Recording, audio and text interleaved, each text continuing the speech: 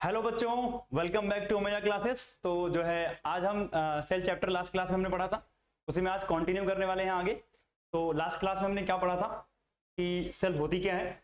उसके बाद हमने देखा था कि सेल की डिस्कवरीज किसने की थी, न्यूक्लियस किसने डिस्कवर किया था, एंड देन हमने देखा था कि सेल थ्योरी क्या होती है। सेल थ्योरी के बाद हमने एक ओवरव्यू देखा था सेल के, कि मतलब सेल के अंदर क्या क्या होता है, साइटोप्लाज्म क्या होता है, सेल मेम्ब्रेन क्या होती है, और न्यूक्लियस और सेल ऑर्गेनेलीज क्या होते हैं। सेल का साइज अलग अलग हमने देखा था, और सेल की शेप भी क्या देखी थी, अलग अलग टाइप की देखी थी। फिर मैंने आपको बताया था कि सेल प्रोकैरियोटिक, यूकैरियोटिक होती है, और प्लांट सेल होती है, और एनिमल सेल होती है। तो आज जो है हम स्टार्ट करेंगे प्रोकैरियोटिक सेल से। मतलब हमने लास्ट क्लास में जो पढ़ा था, मैं एक बार वो टेबल आपको बना देता हूँ फिर से, कि अगर हम बात करें तो इसको चेंज कर लेते हैं थोड़ा सा पेन। तो अगर हम बात करें तो लास्ट क्लास में हमने पढ़ा था कि हमारे पास जो सेल है बच्चे, ये दो तरह की है। एक कौन कौन सी, प्रोकैरियोटिक सेल, प्रोकैरियोटिक सेल, ठीक। और दूसरी जो सेल थी वो थी मेरे पास यूकैरियोटिक सेल। और मैंने आपको बताया था कि प्रोकैरियोटिक सेल का मतलब होता है प्रिमिटिव सेल। कौन सी सेल, प्रिमिटिव। प्रो मीन्स होता है क्या, प्रिमिटिव। तो मेरे पास प्रोकैरियोटिक सेल थी जिसको हम क्या बोलते हैं, प्रिमिटिव सेल बोलते हैं। मतलब जो सबसे पहले सेल बनी थी, जब अर्थ के ऊपर लाइफ ओरिजिन हुई थी, उस सेल को हम क्या बोलते हैं, प्रोकैरियोटिक या प्रिमिटिव सेल बोलते हैं। यूकैरियोटिक जो बच्चे थी वो मेरे पास दो तरह की होती है। कौन कौन सी, एक होती है प्लांट सेल, अगर किसी प्लांट में मिल रही है तो वो सेल प्लांट सेल है, एंड एक दूसरी हमारे पास पढ़नी है एनिमल सेल, ठीक। तो हम आज कंटिन्यू कहां से करेंगे, प्रोकैरियोटिक सेल से, एंड प्रोकैरियोटिक सेल के बाद हम आगे देखेंगे plant cell and animal cell. हो सकता है अगर इस लेक्चर में पढ़ा तो इधर देखेंगे, अदरवाइज हम नेक्स्ट लेक्चर में जो है प्लांट और एनिमल सेल देखेंगे, ठीक है ना। तो स्टार्ट करते हैं प्रोकैरियोटिक सेल से। तो कॉपी कलम निकाल लो भाई साहब, और हेडिंग डाल लो क्या, प्रोकैरियोटिक सेल, प्रोकैरियोटिक, ठीक। सबसे पहली बात कि सर ये प्रोकैरियोटिक सेल मिलती कहाँ है। आपने इससे जस्ट पहले के चैप्टर्स पढ़े थे, biological classification, plant kingdom, animal kingdom and living world, diversity वाला चैप्टर, जिसमें आपने पढ़ा होगा कि हमारे पास टोटल 5 किंगडम है। एक है किंगडम मोनेरा, एक है किंगडम प्रोटिस्टा, एक है kingdom Fungi, and then Plantae and Animalia.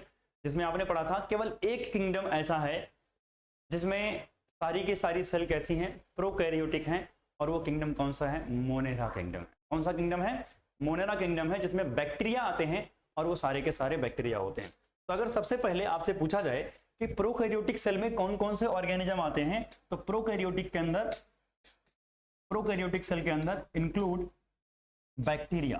क्या आते हैं, बैक्टीरिया आते हैं, ठीक। इसके अलावा एनसीईआरटी ने क्या लिखा हुआ है, साइनोबैक्टीरिया। ये भी है बैक्टीरिया ही, लेकिन हम इनको एक और नाम से जानते हैं, क्या, blue green algae, blue green algae, ठीक। इसके अलावा आपको कहां मिलेगा, माइकोप्लाज्मा, माइकोप्लाज्मा भी एक बैक्टीरिया ही है। और आपको कहां मिलेगा, पीपीएलओ, पीपीएलओ का फुल फॉर्म क्या होता है, प्लूरो निमोनिया लाइक ऑर्गेनिक,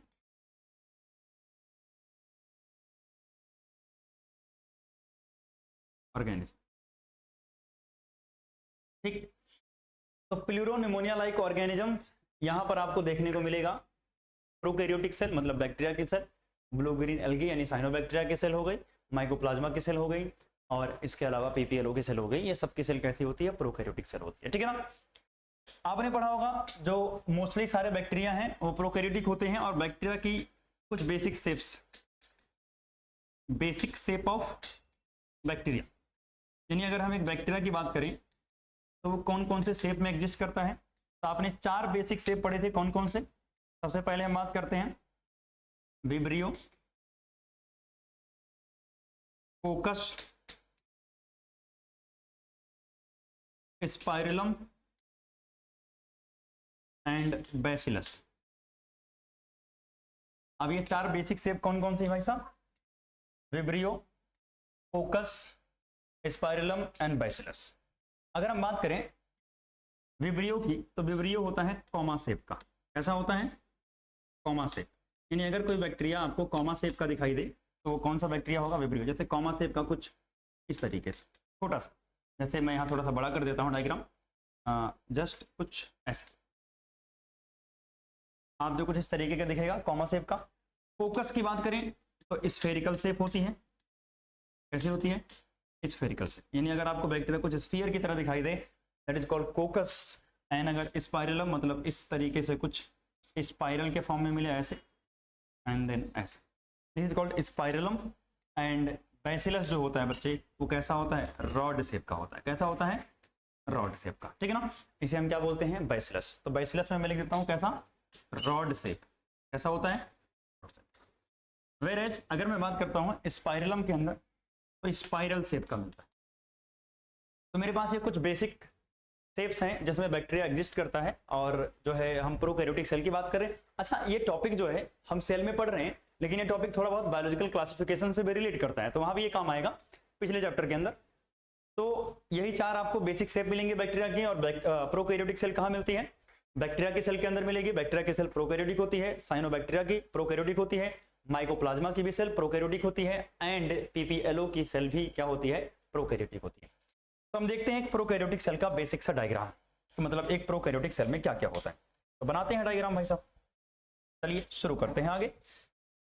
तो हमारे पास ये है एक एलिप्टिकल शेप, ये ले लिया हमने एक बैक्टीरिया, ठीक। इसकी हम कर लेते हैं थोड़ी सी कॉपी। हमने इसी कर ली कॉपी, इसका साइज थोड़ा सा इंक्रीज कर लिया, and this is another layer. थोड़ा सा साइज और इंक्रीज कर लेते हैं।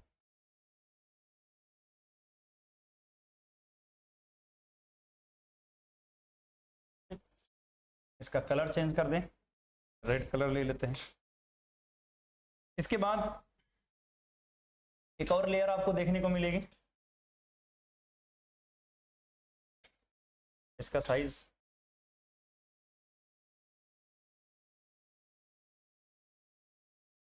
का भी साइज थोड़ा सा बड़ा कर लेते हैं।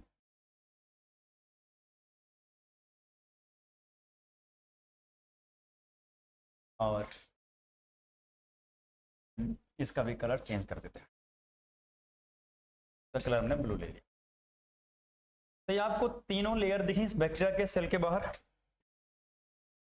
तो ये तीनों लेयर दिख रही हैं, इनको हम कलेक्टिवली क्या बोलते हैं? सेल विनर। पहले ये करके नाम पढ़ते हैं। सबसे पहले जो आउटर मोस्ट लेयर दिख रही है, दैट इज कॉल्ड ग्लाइकोकैलिक्स। क्या बोलते हैं इसको हम? ग्लाइकोकैलिक्स बोलते हैं। The outer most layer of the bacteria cell is glycocalyx. And glycocalyx के बाद जो सेकेंड लेयर इसके अंदर मिल रही है, ये है आपकी सेल वॉल। क्या है ये? Cell wall. एंड जो सबसे अंदर वाली लेयर है, that is called plasma membrane. Plasma membrane या आप सेल मेम्ब्रेन बोल दो, जो कि एग्जैक्टली सेम होती है किसकी तरह? जैसे यूकैरियोटिक सेल के अंदर प्लाज्मा मेम्ब्रेन मिलती है। अब इन तीनों को मिला के बच्चे हम इनको कलेक्टिवली बोलते हैं सेल इनवेलप। क्या बोलते हैं? सेल इनवेलप, ठीक। तो बैक्टीरिया की सेल के बाहर एक बहुत थिक कवरिंग होती है जिसको आप सेल इनवेलप बोलते हो, और सेल इनवेलप के अंदर सबसे आउटर मोस्ट लेयर जो आती है वो कौन सी आती है? Glycocalyx, and then cell wall, and उसके बाद क्या मिलेगा आपको? प्लाज्मा मेम्ब्रेन देखने को मिलेगी, ठीक है ना। अब सुनना, इसके बाद अगर हम बात करें तो प्लाज्मा मेम्ब्रेन के अंदर से आपको कुछ अलग अलग शेप में एक्सटेंशंस देखने को मिलेंगे, कुछ इस तरीके से। जैसे एक मैंने इधर नीचे भी बना दिया, इस तरीके से अलग अलग आपको एक्सटेंशंस देखने को मिलेंगे। इसके अलावा कुछ एक्सटेंशंस सारे बैक्टीरिया में नहीं मिलते हैं, कुछ कुछ बैक्टीरिया में मिलेंगे आपको ग्रीन कलर के extensions, and that green colour extension is called chromatophores. नाम बताते हैं।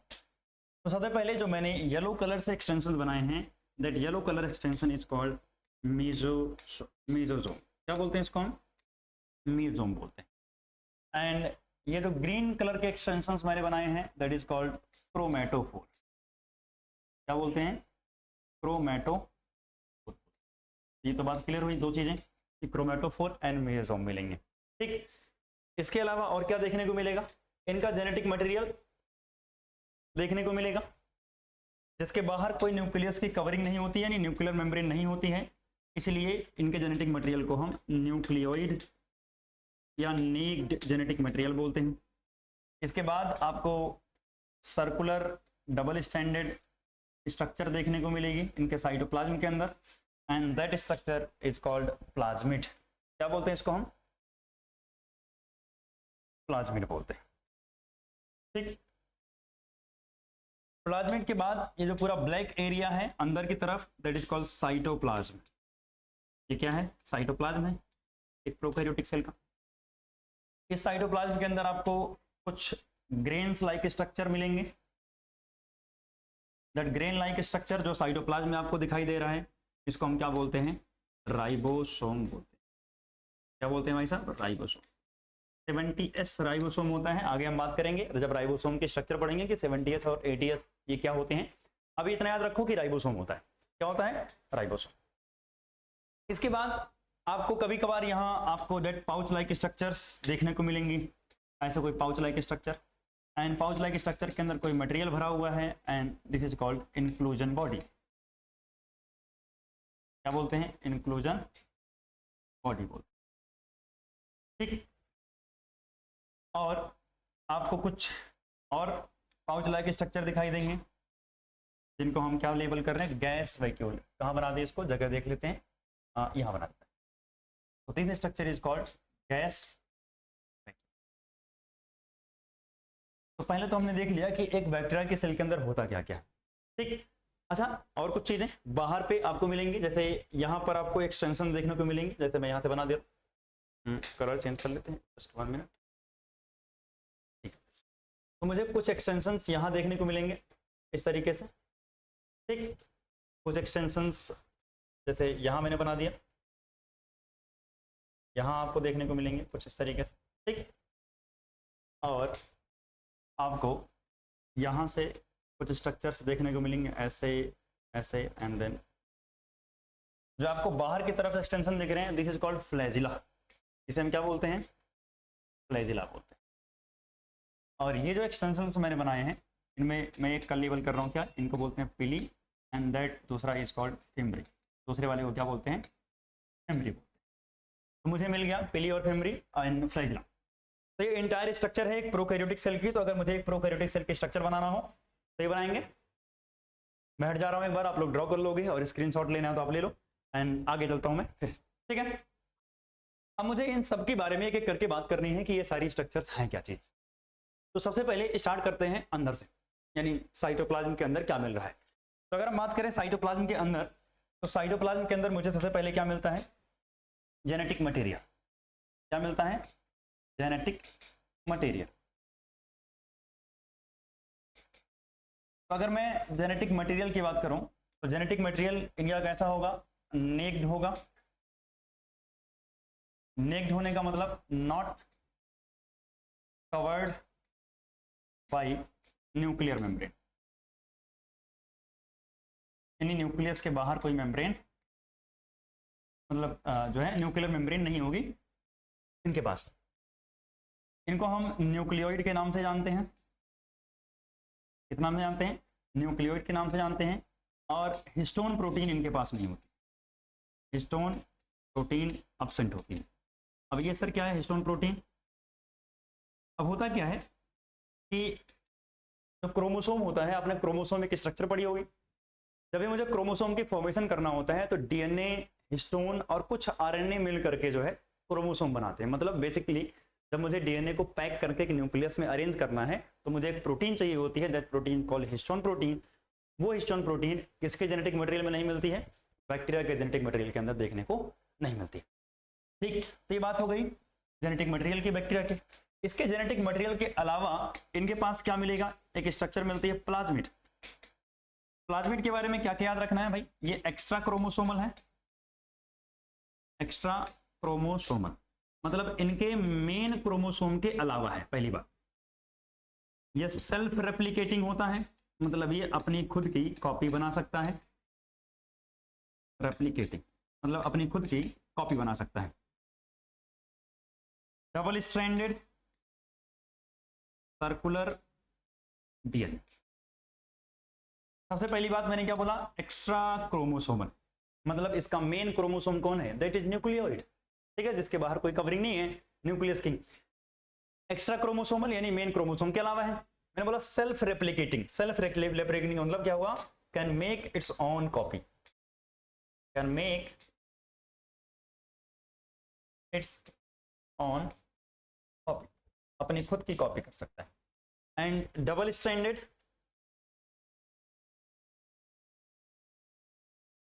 और कैसा होगा, सर्कुलर होगा, और डीएनए, सर्कुलर डीएनए। तो ये बात हो गई कि इनके जेनेटिक मटेरियल की और इनके प्लाज्मिड की। एनसीईआरटी लिखती है कि प्लाज्मिड के पास कुछ क्या होते हैं, unique phenotypic character, unique phenotypic character होते हैं।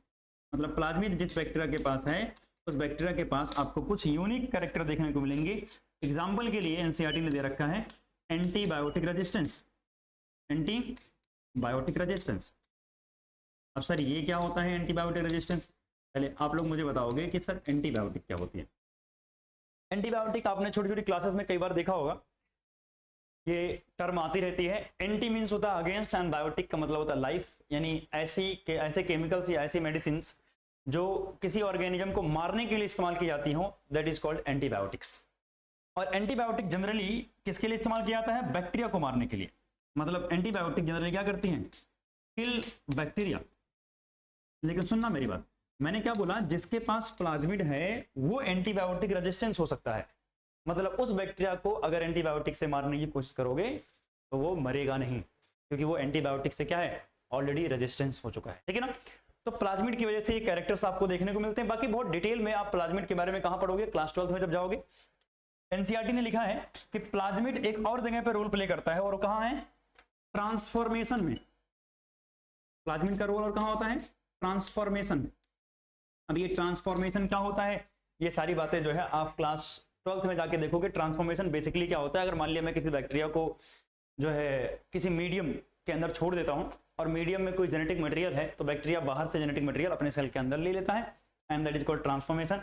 अभी कैसे होता है, क्यों होता है, ये सब डिटेल्स में आप कहां देखोगे, क्लास 12th के अंदर देखोगे, ठीक है ना। तो क्या क्या रखना है, प्लाज्मिड यूनिक फिनोटाइपिक कैरेक्टर, जैसे एंटीबायोटिक रेजिस्टेंस प्लाज्मिड की वजह से मिल सकता है, और बैक्टीरिया का जो प्लाज्मिड है वो ट्रांसफॉर्मेशन में भी क्या करता है, रोल प्ले करता है। तो ये हो गई न्यूक्लियस, मतलब इसके अंदर की बात, ठीक है ना। अब इसके अंदर आपको क्या बता रहा, राइबोसोम मिल रहा है, और इसके बाद जो है प्लाज्मिड की बात हमने कर ली, न्यूक्लियोइड की बात कर ली। क्या दिखा मुझे, राइबोसोम दिखा, गैस वैक्यूल दिखा, इंक्लूजन बॉडीज दिखे। तो इनकी बात करते हैं हम सबसे पहले। अगर हम बात करें राइबोसोम की, सबसे पहले राइबोसोम, तो बच्चे ribosome protein factory of the cell है। किसी भी सेल के अंदर ये मिलेगा तो इसका काम क्या होगा, प्रोटीन बनाना, प्रोटीन फैक्ट्री ऑफ सेल। मतलब ये पूरा दिन रात क्या बनाता है, प्रोटीन बनाता है। राइबोसोम जो प्रोकैरियोटिक में मिलते हैं उसका साइज लगभग 15 नैनोमीटर से लेकर के 20 नैनोमीटर होता है, 20 नैनोमीटर इसका साइज होता है। और बच्चे जो प्रोकैरियोटिक राइबोसोम होता है वो कैसा होता है, 70S। और 70S दो तरह का होता है, इसके दो सब यूनिट 30S होते हैं एंड 50S। अब देखो ध्यान से, यहाँ जोड़ना नहीं है कि 50 30 80 हो जाएगा, सर 70 को लिखा है। ये डेंसिटी की एक इनडायरेक्ट मेजरमेंट है, और ये कैसे करते हैं ये आपको राइबोसोम वाले टॉपिक में बताया जाएगा। अब 30S आपको देखने में लग रहा छोटा है, तो इसको हम बोलते हैं स्मॉल सब यूनिट। क्या बोलते हैं इसको हम, राइबोसोम की स्मॉल सब यूनिट। और जो 50S है, क्योंकि ये साइज में बड़ा है, तो इसको हम बोलते हैं लार्ज सब यूनिट, ठीक। तो मतलब राइबोसोम की दो सब यूनिट होती है, एक होती है 30S, एक होती है 50S, मतलब एक स्मॉल और एक लार्ज, और दोनों को मिल करके जो राइबोसोम बनता है that is called 70S ribosome. ये कहाँ मिलता है, प्रोकैरियोटिक बैक्टीरिया के अंदर मिलता है, और हमारे अंदर भी ये मिलता है, लेकिन मोस्टली हमारे अंदर कौन सा राइबोसोम मिलेगा, 80S मिलता है। अब सुनो ध्यान से, only cell organelles, only cell organelle that are present in both eukaryotic and prokaryote, eukaryotes and prokaryotes. यानी एक केवल एक सेल ऑर्गेनल अकेला राइबोसोम है, जो हमारे यूकैरियोट्स के अंदर भी देखने को मिलेगा और प्रोकैरियोट्स के अंदर। इसके अलावा हम बात करें तो यूकैरियोट्स में Golgi body, endoplasmic reticulum, plastid, ये सब कुछ आपको देखने को मिलेंगे। बट अगर हम बात करें किसकी, एक बैक्टीरिया की, तो बैक्टीरिया के अंदर ये सारी चीजें देखने को नहीं मिलती। इसके बाद इंपॉर्टेंट बात, और अब मान लिया कभी एक mRNA है, ये RNA है एक, अब इस RNA के ऊपर बहुत सारे राइबोसोम जुड़ गए। जैसे मान लिया एक राइबोसोम मैंने यहाँ बना दिया, छोटी और बड़ी सब यूनिट, एक राइबोसोम मैंने यहाँ बना दिया, एक राइबोसोम मैंने यहाँ बना दिया। मतलब अगर एक RNA के ऊपर बहुत सारे राइबोसोम अटैच हो जाएं तो that structure is called polysome. क्या बोलते हैं इसको हम, पॉलीसोम, या फिर लिखा होता है पॉलीराइबोसोम। पॉली, अब ये पॉलीराइबोसोम करते क्या है, RNA को ट्रांसलेट कर देंगे, यानी RNA से क्या बना देंगे, प्रोटीन बनाएंगे। RNA से क्या बनाएंगे, ठीक है, RNA को कन्वर्ट कर देंगे किसके अंदर, प्रोटीन के अंदर। क्लियर बात है, यानी ट्रांसलेशन करते हैं, RNA से प्रोटीन बनाने का काम करते हैं पॉलीसोम, और कुछ नहीं। ठीक, तो ये हो गई बात राइबोसोम के बारे में। अब अगर हम बात करें राइबोसोम से आगे, तो हमारे पास क्या था भाई साहब, इंक्लूजन बॉडीज थी और गैस वैक्यूल थे। तो सबसे पहले हम बात करते हैं इंक्लूजन बॉडीज की। इंक्लूजन बॉडीज को हम स्टोरेज बॉडी बोलते हैं, मतलब ये कुछ ना कुछ स्टोर करती हैं, स्टोरेज बॉडीज, ठीक है ना। एग्जाम्पल के लिए जैसे glycogen, glycogen granules,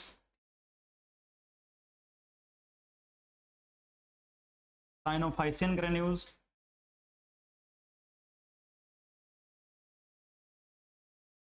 phosphate granules, ये सब के सब क्या हैं, इंक्लूजन बॉडीज।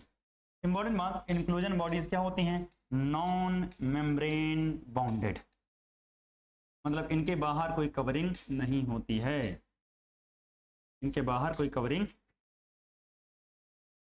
ठीक, इसके बाद इंक्लूजन बॉडीज के बाद हमारे पास एक छोटा सा और टॉपिक बचता है इसमें, वो क्या है, गैस वैक्यूल। गैस वैक्यूल सारे बैक्टीरियाज के अंदर नहीं मिलता है। गैस वैक्यूल जो है इन जनरल आपको देखने को मिलेगा कहाँ पर, गैस वैक्यूल किस में हेल्प करते थे, तो बैक्टीरिया फ्लोटिंग करने में हेल्प करेगा, और ये जनरली आपको देखने को मिलेगा एग्जांपल के लिए कहाँ, पर्पल बैक्टीरिया में दिखेगा, पर्पल बैक्टीरिया के अंदर देखने, तो ये हर एक बैक्टीरिया के अंदर आपको देखने को नहीं मिलेगा, कुछ ही बैक्टीरिया के अंदर आपको गैस वैक्यूल देखने को मिलता है। इंक्लूजन बॉडीज मिलेंगी आपको, राइबोसोम मिलेंगे आपको, जो आपको थोड़ा सा बढ़िया से आना चाहिए, and genetic material and plasmid. तो हमने एक सेल के अंदर देख लिया, क्या प्लाज्मिड हो गया, गैस वैक्यूल हो गया, उसके अलावा इंक्लूजन बॉडीज हमने पढ़ लिया है, राइबोसोम पढ़ लिया है, न्यूक्लियोइड पढ़ लिया है।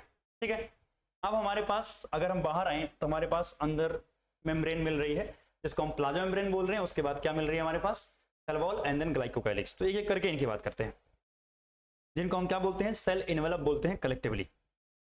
तो सबसे पहले अगर हम बात करते हैं तो सेल इनवेलप में क्या क्या होता है, सेल इनवेलप, तो सेल इनवेलप के अंदर मुझे सबसे आउटर मोस्ट कवरिंग जो देखने को मिली थी वो क्या था, ग्लाइकोकाइलिक्स,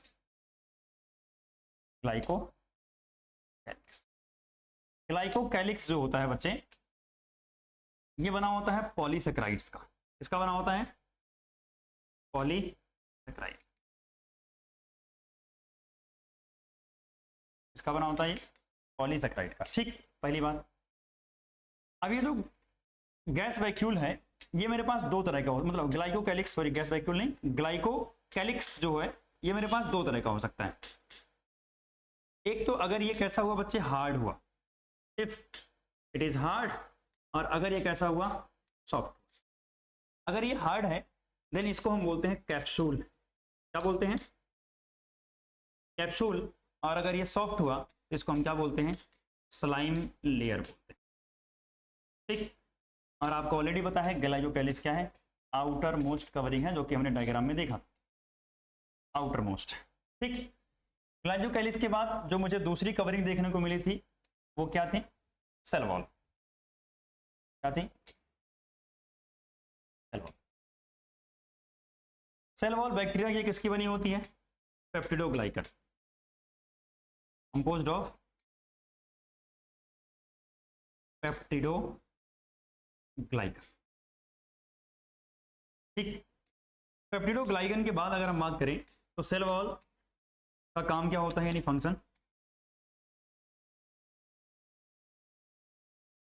तो फंक्शन होता है इसका शेप प्रोवाइड करना,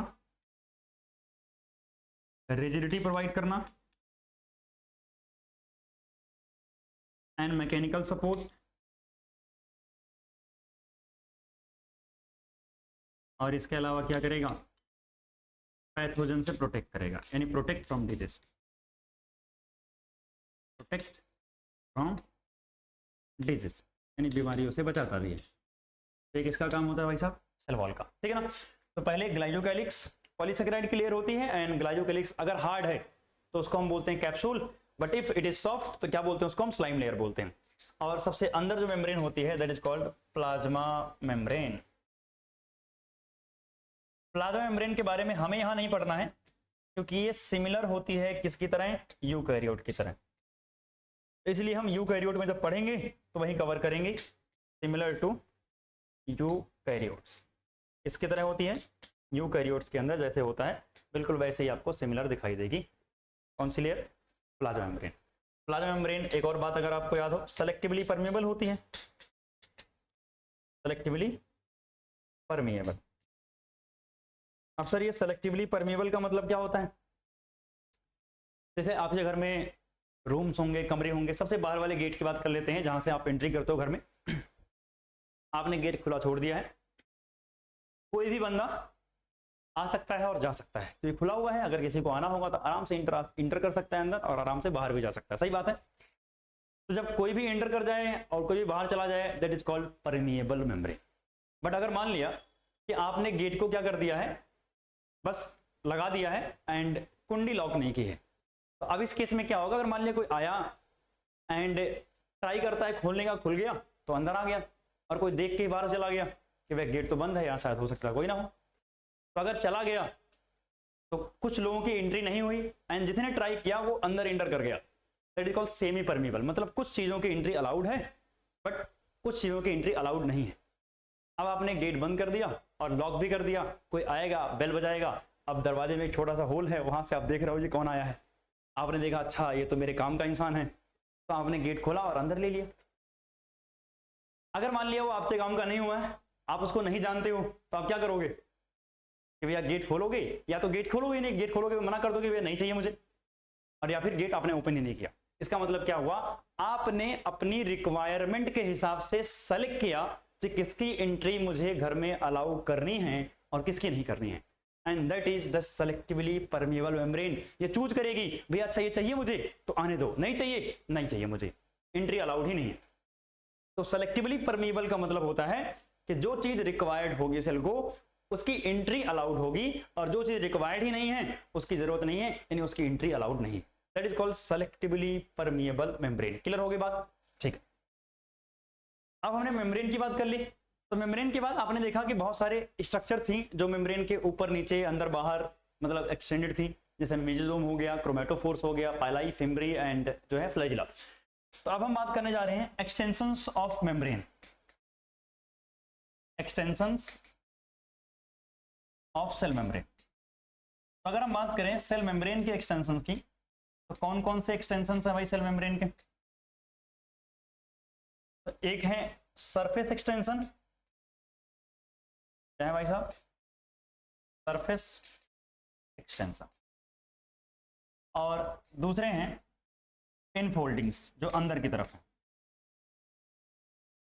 जो सरफेस एक्सटेंशंस में प्लाज्मा मेम्ब्रेन से बनते हैं वो दो स्ट्रक्चर्स हैं, क्या, एक है पाइलाई और एक क्या है फिम्ब्री।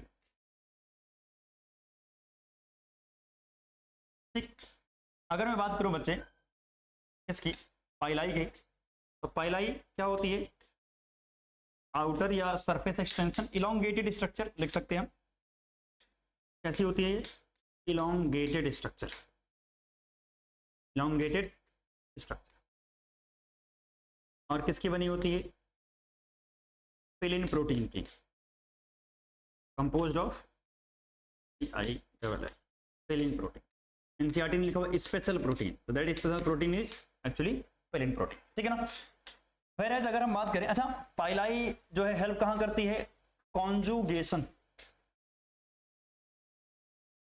ये हेल्प कहां करते हैं? कॉन्जुगेशन में। और कॉन्जुगेशन जो होता है एक प्रिमिटिव सेक्सुअल रिप्रोडक्शन है जिसमें एक बैक्टीरिया अपने जेनेटिक मटेरियल को दूसरे बैक्टीरिया में ट्रांसफर करता है through a structure that is called pili, ठीक है ना। अगर हम फिम्बरी की बात करें तो फिम्बरी बच्चे एक सरफेस स्ट्रक्चर है और इसको एनसीईआरटी ने लिखा हुआ है ब्रिसल लाइक स्ट्रक्चर। और ये जनरली क्या करती है? हेल्प करती है अटैचमेंट में,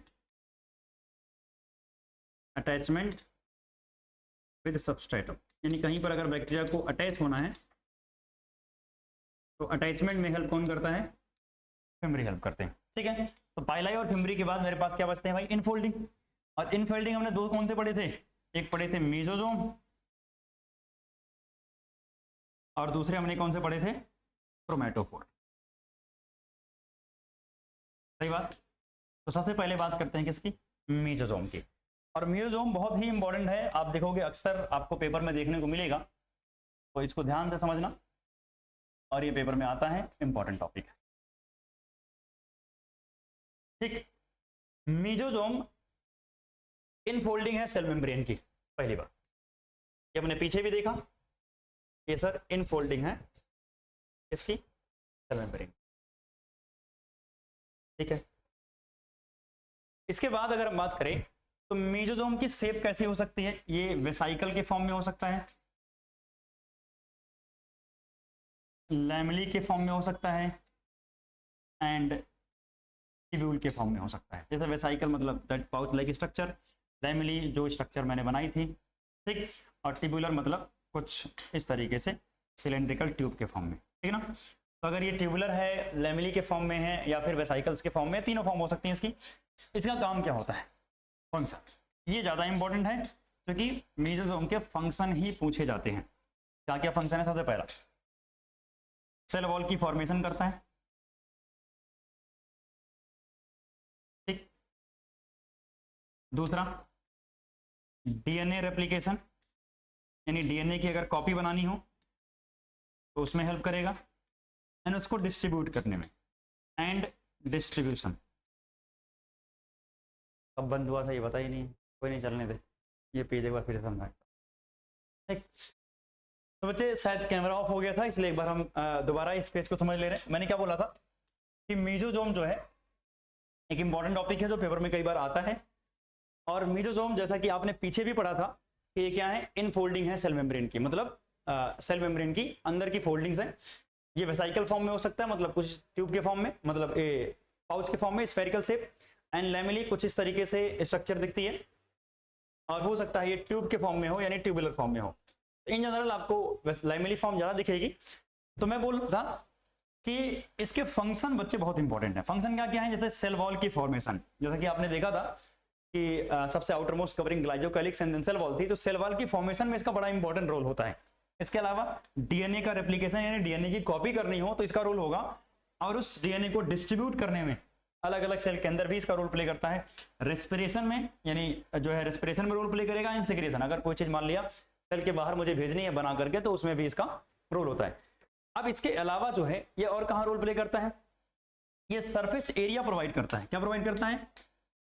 सरफेस प्रोवाइड करता है for enzymatic activity, for enzymatic activity. अगर मान लिया कोई एंजाइम्स वाली एक्टिविटी है जहां पर कोई ब्रेकडाउन चल रहा है, कुछ चल रहा है, surface provide for enzymatic activity, enzymatic activity.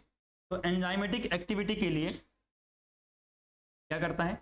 Surface provide करता है। क्लियर है बात?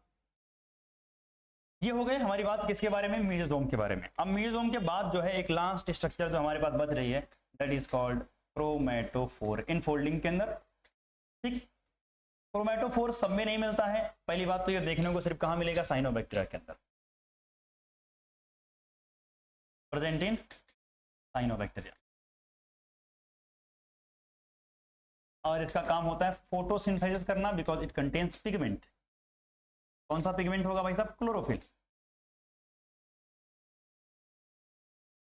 अब अगर क्लोरोफिल है तो आपको समझ आ गया भाई साहब ये क्या करेंगे? फोटोसिंथेसिस करेंगे। तो फोटोसिंथेसिस जो बैक्टीरिया करते हैं उन्हीं के अंदर ये देखने को मिलेगा। और वो बैक्टीरिया कौन से हैं? साइनोबैक्टीरिया यानी ब्लू ग्रीन एल्गी हैं जो फोटोसिंथेसिस कर सकते हैं। ठीक, तो ये बात हुई किसकी? क्रोमेटोफोर की। अब एक स्ट्रक्चर जो सरफेस पर और मिलती है सरफेस के बाहर, दैट इज कॉल्ड फ्लैजिला। अब सर ये फ्लैजिला क्या होता है? फ्लैजिला पहली बात एक्सटेंशन है किसका? सेल वॉल का। इंपॉर्टेंट बात है, अभी तक मैंने जितनी भी बातें की थी सब प्लाज्मा मेम्ब्रेन के एक्सटेंशन थे, और फ्लैजिला किसका एक्सटेंशन होता है? Extension of cell wall. किसका एक्सटेंशन ऑफ सेल वॉल? ठीक, इन जनरल एक फ्लैजिला के अंदर सबसे पहले एक इस तरीके से स्ट्रक्चर मिलेगी, एंड देन ये, एंड इसके बाद एक ऐसे। जो स्ट्रक्चर पहले बनाई है इसको बोलते हैं बेसल बॉडी। क्या बोलते हैं? Basal body. इसे हम बोलते हैं हुक, और इसको हम बोलते हैं फिलामेंट। और फिलामेंट जो होता है बच्चे वो फ्लैजिला का लॉन्गेस्ट पार्ट होता है। कैसा होता है? लॉन्गेस्ट।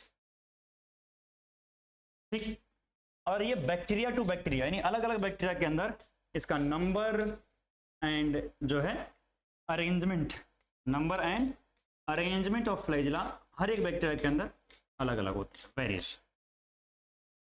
ठीक है ना? फ्लैजिला का काम क्या होता है? मूवमेंट। मतलब ये मोटिलिटी प्रोवाइड करता है बैक्टीरिया को, मोटिलिटी प्रोवाइड करता है। ठीक, अच्छा इससे पहले आपको अगर याद हो तो हमने दो स्ट्रक्चर और पढ़ी थी, क्या क्या? पाइलाई और फिम्बरी। ये दोनों स्ट्रक्चर जो आपने पढ़ी थी पाइलाई और फिम्बरी, ये दोनों मोटिलिटी में रोल नहीं होता है, do not have any role in motility, any role in motility, यानी मूव करने में इनका कोई रोल नहीं होता है। ठीक है, वेराज फ्लैजिला का रोल मूवमेंट में होता है। क्लियर हो गई बात? तो हमने जो है आज की क्लास में क्या पढ़ा है? एक बैक्टीरिया की सेल के बारे में। मैं स्टार्टिंग में बिल्कुल वही चलता हूं जहां पर हमने डायग्राम बनाए थे। तो एक बैक्टीरिया के सेल के बाहर जो लेयर होती है उसे हम सेल इनवेलप बोलते हैं, जिसमें glycocalyx, cell wall and plasma membrane होती है। ग्लाइकोकैलिक्स पॉलीसेकेराइड का बना होता है, लूज हो सकता है जैसे हम क्या बोलते हैं? स्लाइम लेयर बोलते हैं, और हार्ड हो सकता है तो हम उसे क्या बोलेंगे? कैप्सूल बोलेंगे। सेल वॉल पेप्टिडोग्लाइकन की बनी होती है, रिजिडिटी प्रोवाइड करेगी, मैकेनिकल सपोर्ट प्रोवाइड करेगा, बीमारियों से बचाएगी। प्लाज्मा मेम्ब्रेन सिमिलर होती है जैसे यूकैरियोटिक की। उसके बाद आपने एक्सटेंशंस मीजोसोम देखा, क्रोमेटोफोर देखा, genetic material nucleoid and extra chromosomal genetic material जो काम का क्या था? प्लाज्मिड, यानी मेन जीनोम के अलावा जो पार्ट है वो क्या है? प्लाज्मिड है। एंड उसके बाद हमने गैस वैक्यूल, इंक्लूजन बॉडीज और जो है फ्लैजिला, फिम्बरी और पाइलाई की बात की। ठीक है ना? इसके अलावा एक छोटा सा टॉपिक जो यहां पर आपके एनसीईआरटी में जिक्र किया हुआ है, ग्राम पॉजिटिव और ग्राम नेगेटिव बैक्टीरिया। तो ग्राम पॉजिटिव और ग्राम नेगेटिव बैक्टीरिया में कुछ खास नहीं, बस हमारे पास क्या है?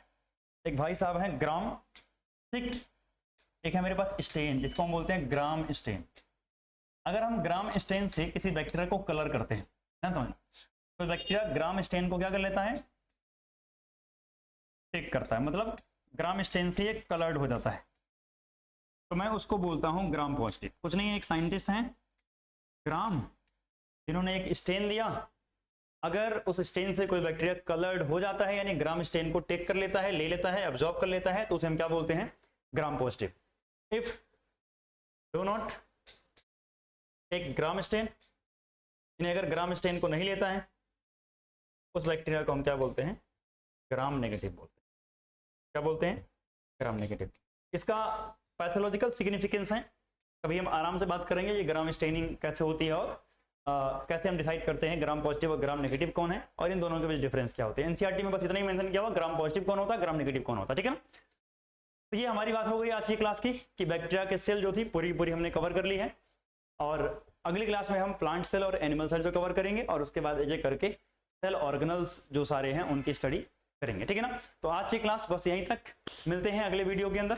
ठीक है, thank you for watching and share and subscribe जरूर करें। ठीक है, और अगर कोई दिक्कत या कोई डाउट हो तो आप कमेंट बॉक्स में जरूर लिखना, नेक्स्ट वीडियो में आंसर आपको मिल जाएगा। ठीक है ना? मिलते हैं अगली क्लास में, थैंक यू सो मच।